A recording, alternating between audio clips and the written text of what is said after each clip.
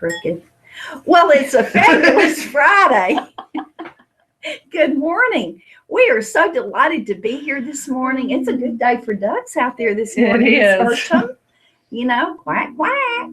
Well, today we are going to celebrate a wonderful week of finishing fourth grade testing. Next week, our third graders will have the opportunity to take their test, and we know that they will do their best on their test. And if you'll notice, we'll probably wear those gorgeous T-shirts that we love our T-shirts again and support our third graders. Right. I think it's neat that our whole school, even if first grade's not taking the test or second grade's not taking the test or kindergarten, they are cheering for and sending good thoughts and just really supporting those students who are taking the test. And that is really fabulous. That really just shows what a great family we have.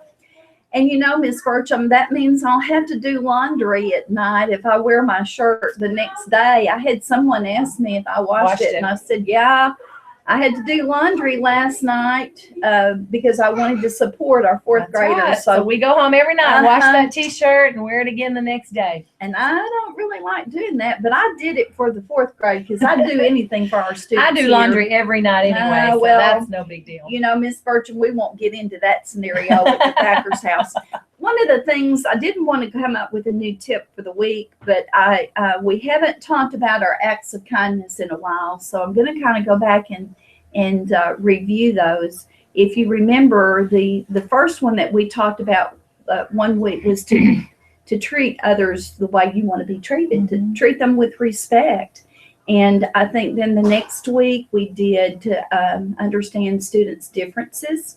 You know that you and I, we don't look anything alike. I wish I did. I wish I looked like Miss Bertram, but you know, to understand that we're all different and respect that. And I think the next tip we did was to be a good listener. We know that you know, to be respectful of one another's, that we've got to be a listener. And then the last one that we talked about was to help people when they are in need of help. And so next week we'll try to have a new tip for you, but just kind of focus on those. Yesterday I was a little disappointed because I had a discipline problem of a student who pushed in front of another student. And this is something I think I see a lot of. Maybe it's just me, but it's always somebody wanting to get ahead of somebody. He pushed the girl out and twisted her arm, and you know, what difference does it make if I'm in front or if I'm behind you? You know, in fact, Miss Bertram had a good point.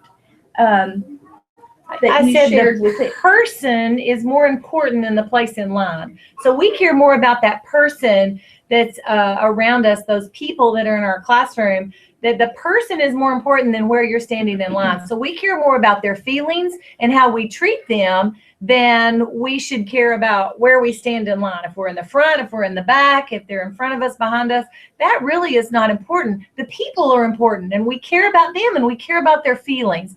And I even mentioned with that same student, you know, I know several of our classes are talking about what it means to be a lady, what it means to be a gentleman, and things like offering to let others go in front of you and saying please and thank you, just good manners. But those are an opportunity to be a gentleman. If you're a young man, to be a gentleman and say, you may go ahead. And then the young lady might say, well, thank you, and make sure to honor that that's been done nicely. But it's all about just treating people kindly and doing the right thing. And you know, I told a student yesterday that I've been in education not near as long as you have, but for 26 years, and I've never once seen a student that had to get in trouble or get a folder mark or lose a dojo, or even for a teacher to have to fuss at them if they're just doing the right thing. And if you're just doing the right thing, then we're only going to have positive things to say and be able to brag on you instead of having to make corrections. And when we make corrections, it's because we care about you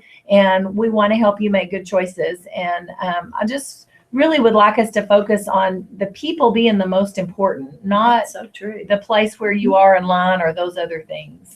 Well, and it's just like this morning, it's kind of like when we would call, say, a teacher's name to cut for the students to come line up. It's like we're rushing up there like we're going to be first, and we're just going to knock everybody out of the way to get in front of everybody. And I don't see the purpose of that. Just like you say, people are more important than trying to get, that's kind of like driving up my car. If I see somebody that's trying to get out into the traffic, I'm going to stop and I'm going to let them go on. And that makes me feel good on the inside that, I'm going to let somebody go before me. Just be patient and be respectful to others. And that will get you a long way in life. Mm-hmm. Well, if nothing else, this is a fabulous Friday, and we're here to learn and get an education, and it's a good day for ducks. So we'll talk to you later. Have a marvelous weekend. Learn a lot. Yay. We love you. Go to work.